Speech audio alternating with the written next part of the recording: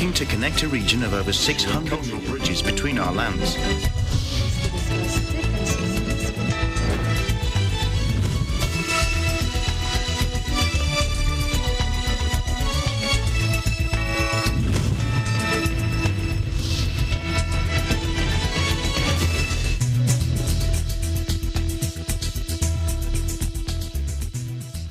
Hello, I'm Esther Adanga and welcome to ASEAN in Focus. Hello, Aliana Faith Sebastian from EBC Vietnam Bureau, bringing you the news in the dynamic ASEAN region. On today's headlines, the Department of Foreign Affairs confirms the safe arrival of 6 Filipinos from Ukraine in the Republic of Moldova. Russian President Vladimir Putin's announcement that his nuclear forces were on alert sparked outcry in the West as the invading troops faced stiff resistance on Monday. And rescue teams in Indonesia were searching Saturday for 6 people still missing after a strong earthquake rocked Sumatra Island a day earlier, killing at least 8 people and injuring dozens. Minister of Youth and Sports Zainuddin Amali has said he would immediately begin working to prepare Indonesia to be the host of the ASEAN Para Games 2022, which will be held on July 20 to 31 in Solo, Central Java.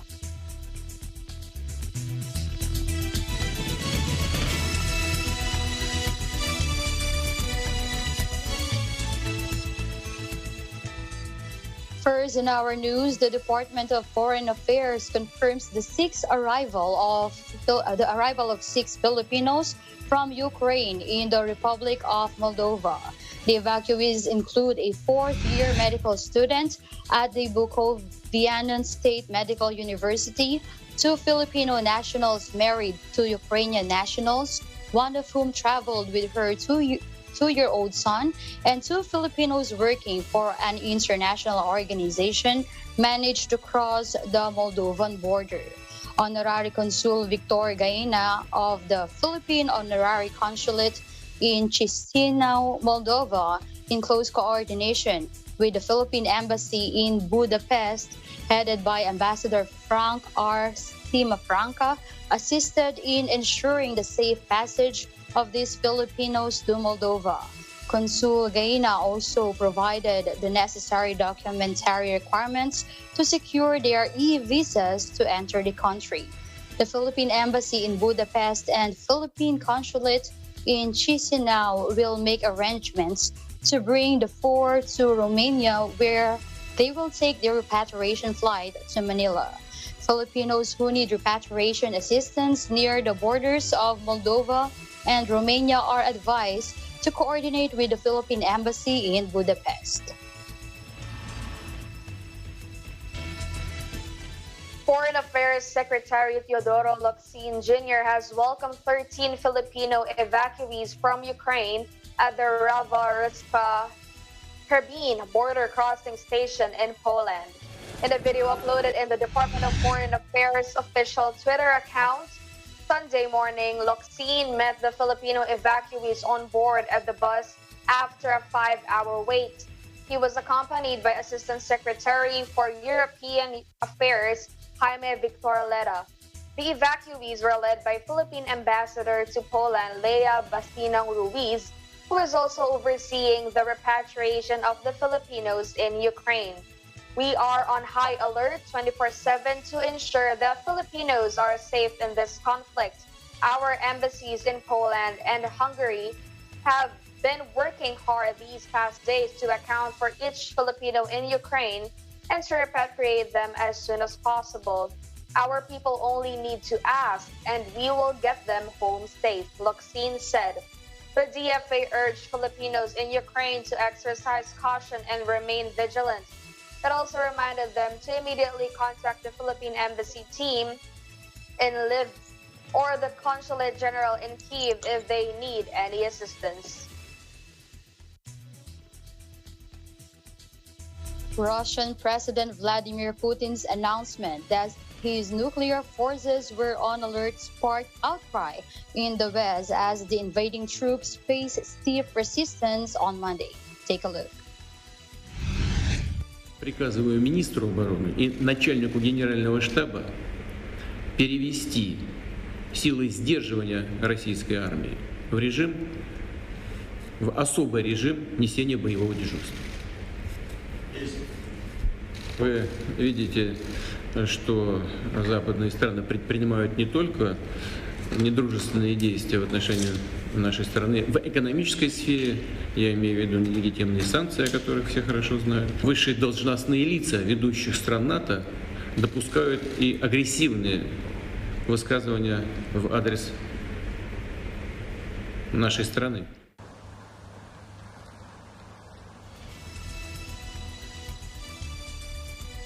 The UN General Assembly will hold a rare emergency session Monday to discuss the conflict, which has claimed dozens of lives and raised fears that it will displace millions of people.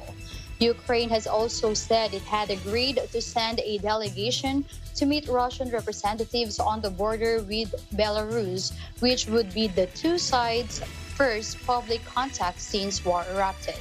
Russia invaded on Thursday and quickly announced it had neutralized key Ukrainian military facilities, but fierce fighting has since raged. Ukraine forces backed by Western arms are stemming the advance of Russian troops, according to the United States, which has led Western condemnation and a campaign of sanctions. Putin ordered Sunday Russia's nuclear forces onto high alert in response to what he called unfriendly steps by the West. Russia has the world's largest arsenal of nuclear weapons and a huge cache of ballistic missiles. The UN chief and Ukraine's foreign minister told the General Assembly in New York Wednesday that a full-scale invasion of Ukraine by Russia would have a devastating global impact. United Nations Secretary General Antonio Guterres warned the body that our world is facing a moment of peril over Ukraine's crisis with Russia. Decisive response now. Ukraine has never planned and does not plan any military offensive in the Donbas, neither any provocations or acts of sabotage. It is ultimately absurd to suggest that Ukraine could have prepared for anything like this and waited for months until Russia amassed an enormous military force along our borders to proceed with such alleged plans. The decision of the Russian Federation to recognize the so-called independence of the Donetsk and Luhansk regions and the follow-up are violations of the territorial integrity and sovereignty of Ukraine and inconsistent with the principles of the Charter of the United Nations. И этот конфликт далеко не исчерпан. Обстрелы мирных кварталов обеих республик не прекратились. Запад продолжает наускивать, подбадривать и вооружать Киев. Предупреждаем, что в условиях, когда по просьбе Донецка и Луганска следить за режимом прекращения огня будут вооруженные силы России, либеральничать с нарушителями никто не станет. Поэтому призываю вас сегодня сосредоточить усилия на том, чтобы утихомирить Киев и удержать его от новых военных авантюр, которые могут дорого обойтись для нынешней украинской власти. Благодарю вас. The tidal wave of suffering this war will cause are unthinkable. And then there's the broader threat that Russia's actions upend our international system, make a mockery of the UN Charter, and call into question our most fundamental principles of sovereignty, diplomacy, and territorial integrity. Colleagues, President Putin gave us the clearest indication of his intentions on Monday when he asked the world to travel back in time by more than 100 years before the United Nations even existed to an age of empires. He asserted that Russia can recolonize its neighbors and that he will use force to make a farce of the United Nations.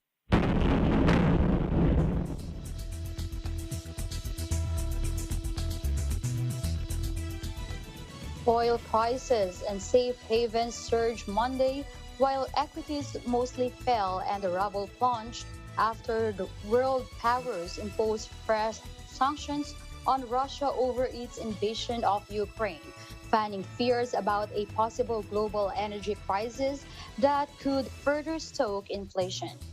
Russian President Vladimir Putin's decision to send troops across the border last week has sent shivers through trading floors as investors fret over protracted war in a resource-rich region.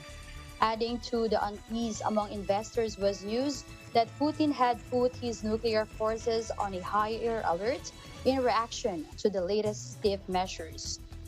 Markets had rallied Friday as dealers assessed that the punishments imposed on Moscow were light enough to not hit its crucial oil exports. Russia is the world's third biggest producer at a time when supplies are thin and demand is surging. But the picture was changed at the weekend when the United States and European Union said they would exclude some Russian banks from international bank payment system SWIFT and personally targeted Putin and Foreign Minister Sergei Lavrov. They also banned all transactions with Russia's central bank, sending the ruble crashing, with Bloomberg saying it was indicated to be nearly 30% down in offshore trading Monday. Crude surged with WTI heading closer to the $100 mark, while Brent bounced back above that level after slipping on Friday. On equity markets, Tokyo, Hong Kong, Shanghai, Seoul, Singapore, and Bangkok were in negative territory, though there were some gains in Sydney, Manila, and Wellington. 47 Thais arrived at the help center in the Ukrainian city of Lviv, with more on their way on Sunday, according to the Thai embassy in Warsaw, the capital of neighboring Poland. On its Facebook page, the embassy, which is making arrangements to evacuate Thais from Ukraine currently under attack from Russian military forces, said 47 reached Lviv, the largest city in western Ukraine, on Sunday. However, there are still around 100 Thais who remain confined to their homes or accommodation due to security lockdowns in a number of other cities, including Mykolaiv and Kharkiv, the embassy posted. In the capital, Kyiv, 102 of 148 of the Thais living there left already, with 43 having arrived at the center in Lviv. About 40 Thais, mostly women married to Ukrainians, are choosing to remain in Kyiv with their families, although their husbands were being enlisted to fight in the war. The Thai embassy in Warsaw said it has devised 2 evacuation routes for Thais. The first, which began operating on Sunday, took 41 Thais to the city of Odessa in the south of the country, the embassy said. They were then escorted across the border into neighboring Romania.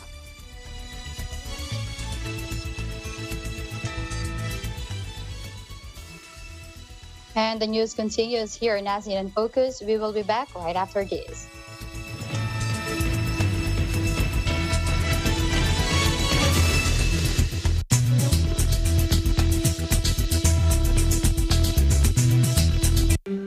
Alam namin ang iyong pagsisikap.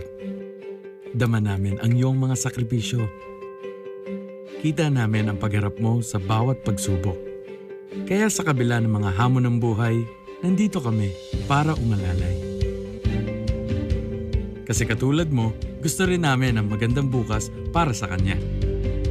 Hatid namin ang dekalidad na edukasyon at makabagong pasilidad sa abot kayang halaga. Kaya huwag ka na mangamba. Sasamahan ka namin tuparin ang mga pangarap niya.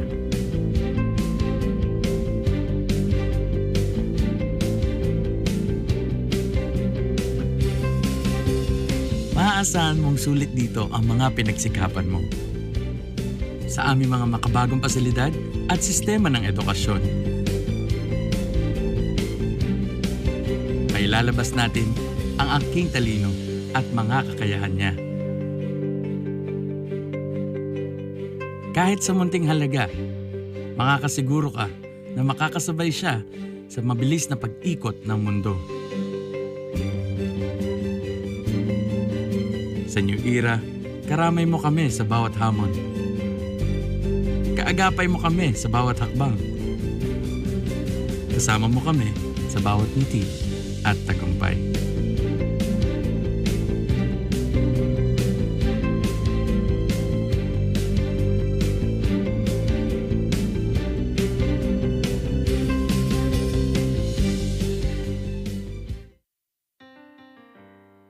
Malalayong lugar ang kanilang narating para maghanap buhay. Tulungan ang pamilyang iniwan sa sariling bayan. Yan ang ating mga overseas Filipino worker. Pero dahil sa di pangkaraniwang pangyayaring hatid ay krisis, may ilan sa kanilang nagpasyang umuwi.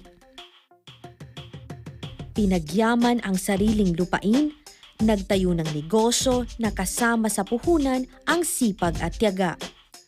Ang mga OFW, maraming sakripisyo, ninanais maging kapaki-pakinabang maging sa kanilang pagbabalik bansa. Sapagkat ang ating mga bagong bayani, Pilipino pa rin sa puso at damdamin.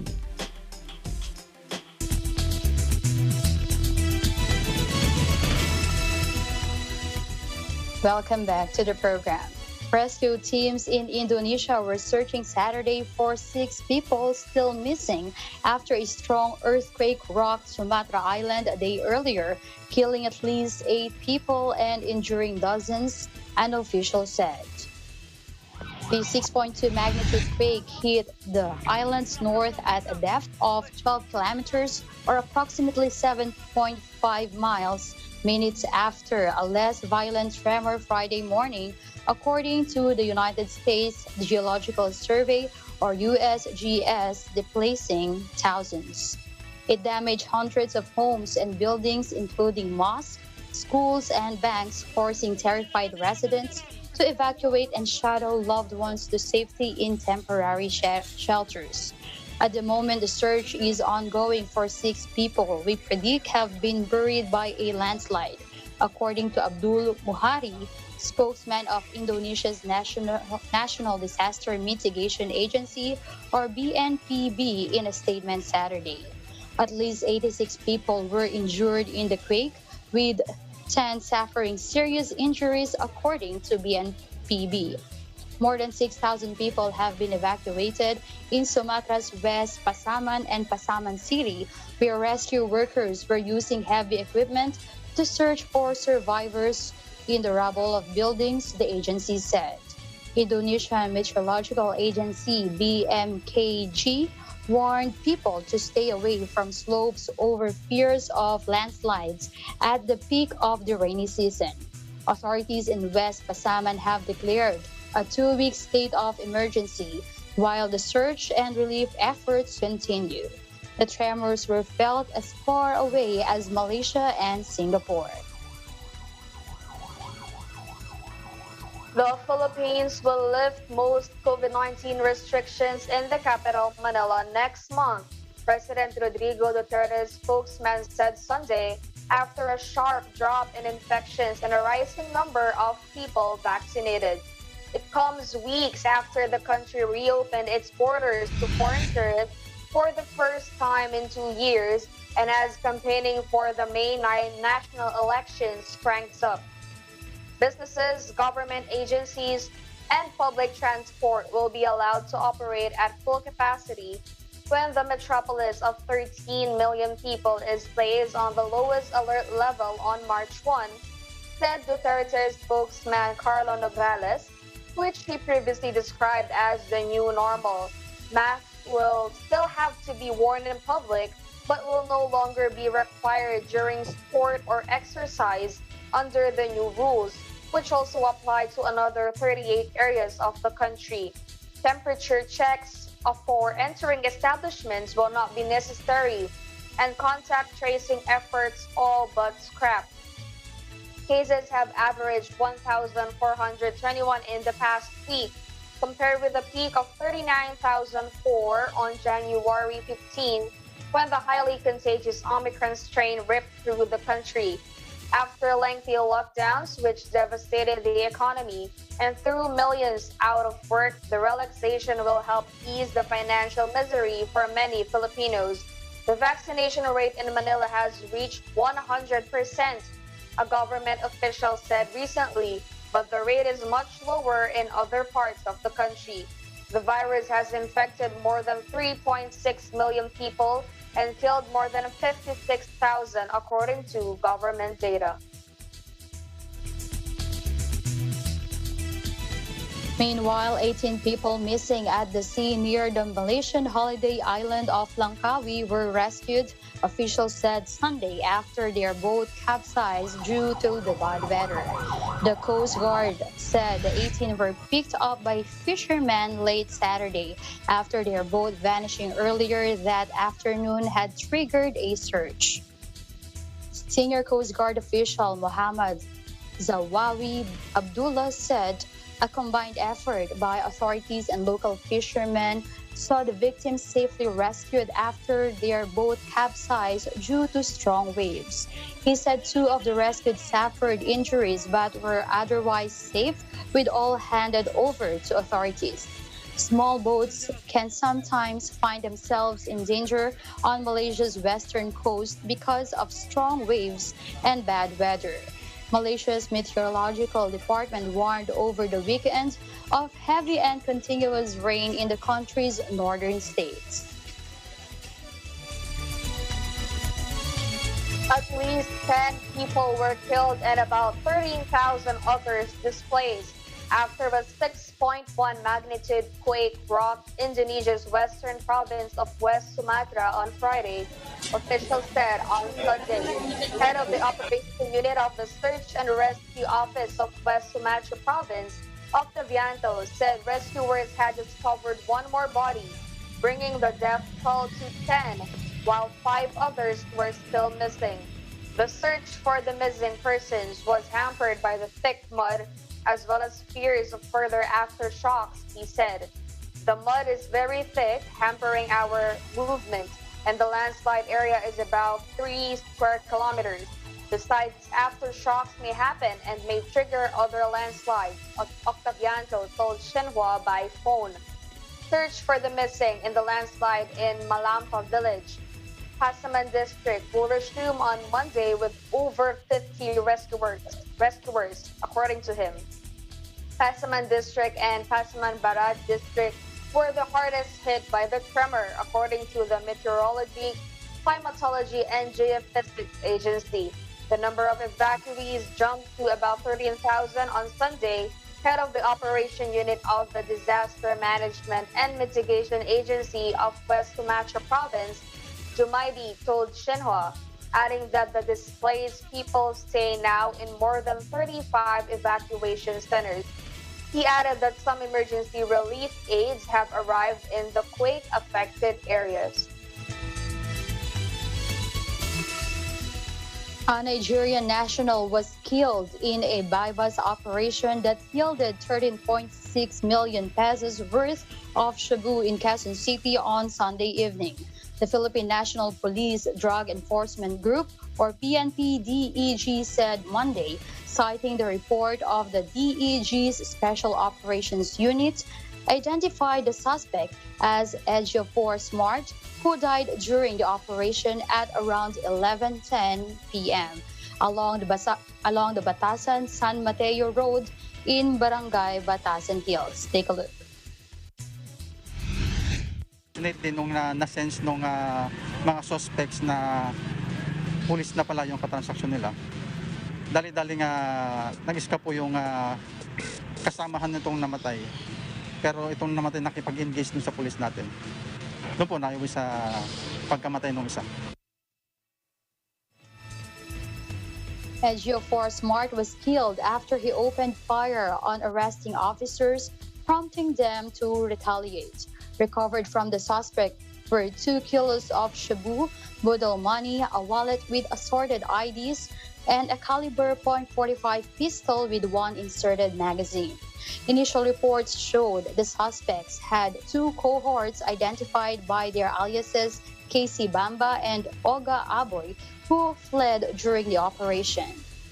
The suspect is a known dealer in Metro Manila and other nearby provinces. Police said his group delivers illegal drugs by placing these inside boxes of powdered milk that are mixed with assorted grocery items. The Indonesian government will conduct a trial on receiving international travelers without quarantine in the country's resort island of Bali beginning March 14 under certain conditions, a senior minister said on Sunday. The trial may be launched before March 14th if the government sees positive development in the next 1 week for the continued downward trend in the COVID-19 cases in Bali. Coordinating Minister for Maritime and Investment Affairs Luhut Binsar Panjaitan told a virtual press conference. Foreign visitors have to show proofs of hotel booking payments for at least 4 days if they want to enter Bali, while Indonesians who arrive in the holiday island from abroad are required to show proofs of domicile in the Goddess Island, said Panjaitan, who is also coordinator of the Public Mobility Restrictions or PPKM policy for Java and Bali. The international travelers who want to enter Bali should have been fully vaccinated or receive booster jabs of the COVID-19 vaccine, besides conducting entry PCR tests and waiting at hotels for the negative test results, he said. In addition, he said the requirement to have a guarantor sponsor for tourist e-visa requests will be revoked because it is considered burdensome for foreign tourists. He pointed out that Bali was chosen as the pilot project location because the rate of 2-dose vaccination in the province is higher than in other provinces. If the trial in Bali is successful, the government will expand the non-quarantine policy across Indonesia on April 1 or sooner. Going back to the Philippines, starting next month, the National Capital Region or NCR and 38 other areas in the country will be placed under Alert Level 1, the lowest government freeze classification in terms of COVID-19 restrictions. Acting Presidential Spokesperson Carlo B. Nograles said the Interagency Task Force for the Management of Emerging Infectious Diseases or IATF issued the decision on Sunday. This after the IATF finally completed on Thursday the criteria for declaring Alert Level 1, which include having 70% of an area's target population and 80% of its senior citizens already fully vaccinated against COVID-19. Aside from NCR, other areas will be placed under Alert Level 1 are Abra, Apayao, Baguio City, Kalinga, Dagupan City, Ilocos Norte, Ilocos Sur, La Union, Pangasinan, Batanes, Cagayan City of Santiago, Isabela, Quirino, Angeles City, Aurora, Bataan, Bulacan, Olongapo City, Pampanga, Tarlac, Cavite, Laguna, Marinduque, Puerto Princesa City, Romblon, Naga City, Catanduanes, Aklan, Bacolod City, Capiz, Guimaras, Siquijor, Biliran, Zamboanga City, Cagayan de Oro City, Camiguin, and Davao City. According to the Department of Health or DOH, intrazonal and internal travel will be allowed without regard to age and comorbidities in areas in Alert Level 1. Also, establishments, persons, or activities are allowed to operate, work, or be undertaken at full on-site venue or seating capacity provided it is consistent with minimum public health standards in areas under Alert Level 1. In the case of face-to-face classes for basic education, such will still be subjected to the approval of the Office of the President before being allowed in areas with the same alert level. Nograles said the new alert levels will take effect from March 1, 2022 to March 15, 2022.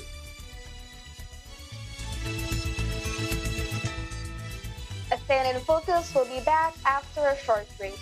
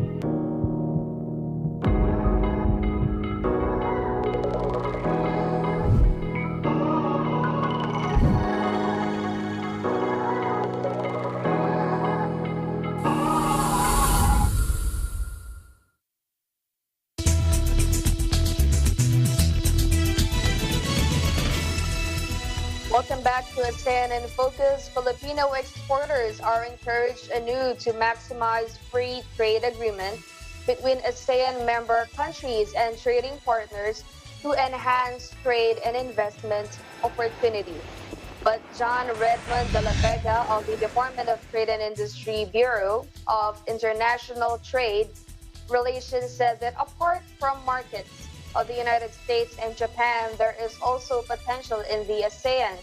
He said in a virtual forum that in terms of our performance and in terms of our agreements that are existing, we only have those in place which are the ASEAN FTAs. And in recent years, we see that the ASEAN market is also a very important component or very important trading partner of the Philippines. De la Vega identified top exports to ASEAN, which are still electronic products and manufacturing goods, such as other machinery and transport. De la Vega said the Philippines is a party to 7 ASEAN FTAs, including those with China, Japan, Korea, Australia, and New Zealand, India, and Hong Kong, and the ASEAN Free Trade Area, or AFTA. He said once the Regional Comprehensive Economic Partnership, or RCEP agreement, entered into force, we also see potential wider areas of cooperation and more simplified rules of the game in dealing in terms of our trade. The RCEP agreement entered into force on January 1, 2022 for 10 signatory states, namely Brunei, Darussalam, Cambodia, Laos, PDR, Singapore, Thailand, Vietnam, Australia, China, Japan, and New Zealand. The deal was ratified by President Rodrigo Duterte last September 2 and is under Senate deliberations to secure concurrence. Meanwhile, the Department of Trade and Industry, or DTI, assured that no manufacturers have as yet to increase suggested retail prices or SRP for basic goods and commodities amid the fuel price hike induced by escalating tension between Ukraine and Russia. Trade Undersecretary Ruth Castello said in a briefing over the weekend that the consumers will not yet see higher price tags when they do their grocery shopping. In its new price review, Castello said the DTI validates the price hike and negotiates with manufacturers if the increase is too much of a burden for the consumers. For now, trade officials said the impact of oil price increases on the cost of production averages 3.5%, which is deemed minimal, that the manufacturers shoulder the additional expenses. To avert potential price hikes, Castello said the DTI is providing assistance to manufacturers to assure the stable supply of basic goods and commodities. Castello added that Trade Secretary Ramon M. Lopez has directed the provision of assistance to manufacturers to keep production running, she said. And this way, if ever prices increase along with the demand, the additional cost will not reflect on retail prices. Finance ministers of the group of 7 most developed nations will meet Tuesday to discuss urgent aid for Ukraine, World Bank President David Malpass announced Sunday. In an interview with CBS, he called the recent Russian invasion a tragedy, not just for Ukraine and its neighbors, but also for Russia, where per capita income has fallen below that of China. And he said the prospect of spiking oil and food prices caused by the conflict was a big concern. Malpass said the financial sanctions imposed by Western countries on Russia, notably excluding some Russian banks from the SWIFT interbank platform that facilitates trade with other countries, hits the banks in Russia, but apparently not the oil and gas industry. But Malpass added that if they're able to stop the Central Bank of Russia from operating, that would really have an effect on Russia and its people.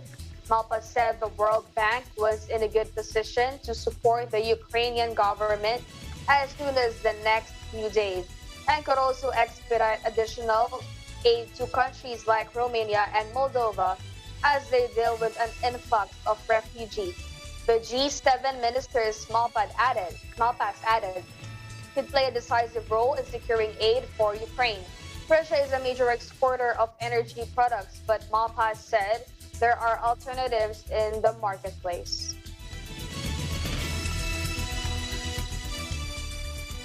Taiwan's Chan Shi-chang claimed the inaugural Royals Cup golf tournament in Thailand on Sunday, capping off a stellar run of 4 days as clubhouse leader.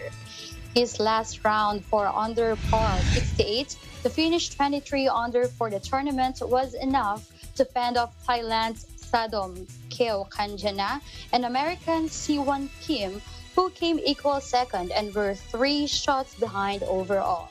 Sadom carded 68 while Siwon fired a 70 on Sunday. Thailand's Nititorn Kipong and Korea's Y.O. Kim were 3 shots behind in a tie for 4th.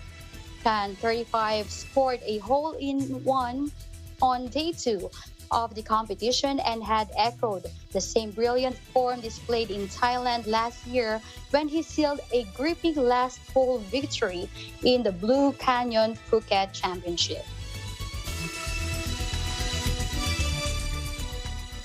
Minister of Youth and Sports Zainuddin Amali has said he would immediately begin working to prepare Indonesia to be the host of the ASEAN Para Games 2022, which will be held on July 20 to 31 in Solo, Central Java. Indonesia was officially chosen as the host of the ASEAN Para Games 2022 on February 23, replacing Vietnam, which decided to withdraw and will only hold the SEA Games in May this year. He said the preparation time for the 2022 ASEAN Para Games was considered brief, with only 5 months until the Games begin. Amali said this means that the preparations needed to be expedited, such as readying the athletes ahead of the event. Amali said his team will first hold a coordination meeting with National Paralympic Committee or NPC Indonesia Chairman Penny Marbun and the Mayor of Solo City, Gibran Rakabuming Raka. It is likely that I will become the organizer and the Solo Mayor as the manager, he added. Solo was officially designated as the host of the 2022 ASEAN Para Games, as stated in a decree issued by the ASEAN Para Sports Federation or APSF on January 14, 2022. The 11th ASEAN Para Games is planned to not only take place in the city of Solo, but also in the surrounding area. It will be the second time Indonesia hosts the ASEAN Para Games. with the first time being in 2011 as solo.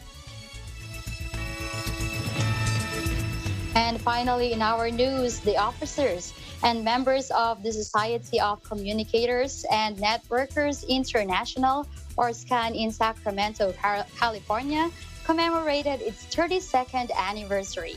Here's MJ Arcadio at the scene. SCAN International is celebrating its 33rd anniversary here in Northeast California, and the host is Sacramento. SCAN International of the Church of Christ celebrates its 33rd anniversary with special gathering in Northeast California in the local of Sacramento on February 18, 2022, followed by socializing at the function hall. Well, the importance of SCAN International is like the motto of SCAN, saving lives is our motto. And not only lives, we also save the lives of our brethren and other people when it comes to Judgment Day. That's the importance of SCAN. We had 26 locals in Northeast California, and we set all those schedules to help other people, for the needy people. Is to watch over all the brethren while they're attending worship service. Saving lives is our priority. It's very important because SCAN organization, which is it means Society of Communicators and Networkers. We usually basically we help the community in needs of calamities such as storm, flood, earthquake. So we're here to make sure and ensure the security and safety of our members inside the church and non-members. Many enjoyed the socializing at the function hall, playing darts, and photo op at the photo booth. Saving lives is really the priority of SCAN International. And Jericadia reporting, we live in interesting times. Thank you, MJ, for that update. And also, we would like to greet our viewers from Thailand. Special shout out to Brother Willen Regalado and all our supporters in the Philippines and in other ASEAN countries. And that's the latest news in the ASEAN region. Thank you for joining us here in ASEAN in Focus. I'm Oyana Faith Sebastian from EBC Vietnam Bureau, and we live in interesting times.